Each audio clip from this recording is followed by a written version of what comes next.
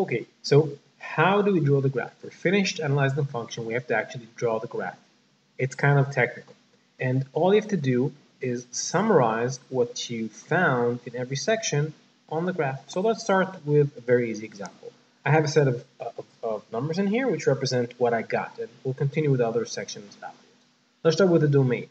If we know the domain is x is different than 5, then at 5 I draw this. When x is 5, I draw a vertical line. The function can never cut this line. Awesome. Now, the second part, I saw that I have intersection at these points, so I'll just draw them. 4 and 0 is in here.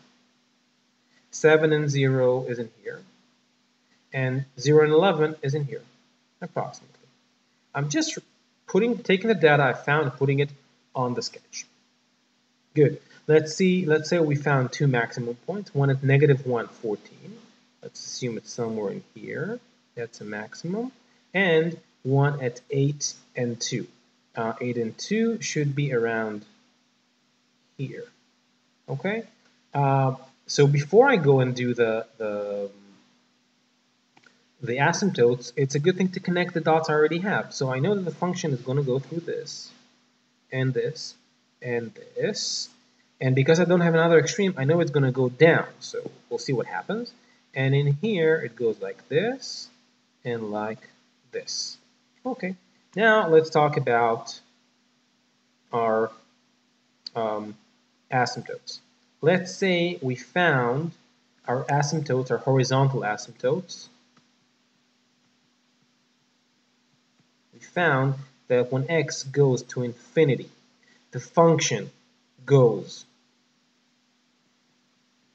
to -infinity, but we found that as x goes to -infinity, the function goes to -4, for example. So let's just put that. As x goes to infinity, the function goes to -infinity. Looks like this. Okay, as I get a big number, the function goes smaller. And when x goes to negative infinity, the function goes to -4. So -4 is approximately in here. And as the function becomes smaller and smaller and smaller, it gets closer and closer to this line, but never actually touches it. That's it. We're just placing data on the sketch. Moving on to vertical asymptotes, which is pretty much the same thing. Let's assume I saw that as x goes to 5, from the left, the function goes to -infinity. And as x goes to 5 from the right, the function goes to -5, for example.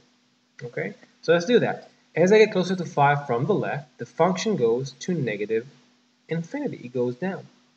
And as I get closer to 5 from the right, the function goes to -5. Let's assume that's in here. It's an empty spot because it doesn't really get there. That's it. That's drawing the function. And that's all you have to do pretty much.